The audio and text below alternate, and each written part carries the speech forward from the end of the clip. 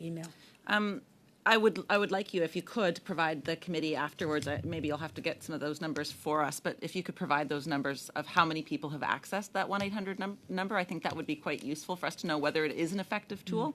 But I also am recognizing that you're talking an awful lot about gathering information. You're talking a lot about how important it is to get the information, to have that for the investigation, but I'm not hearing how that's translating into protection for people that are impacted by communities that are impacted.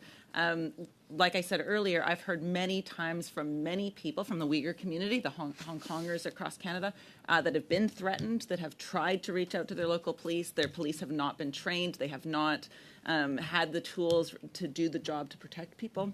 They have not been given solutions. The RCMP has not gotten back to people.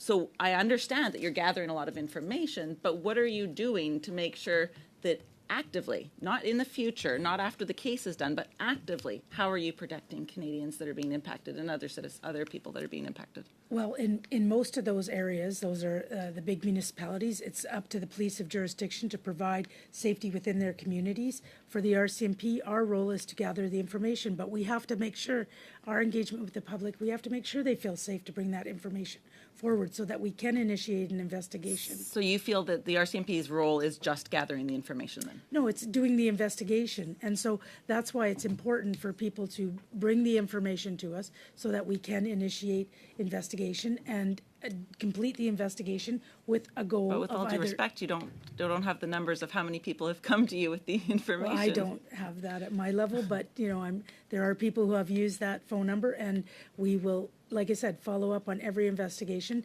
make every lead that we get.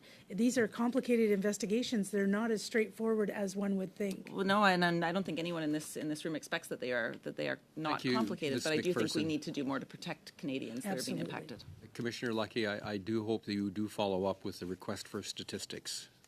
Thank you for that.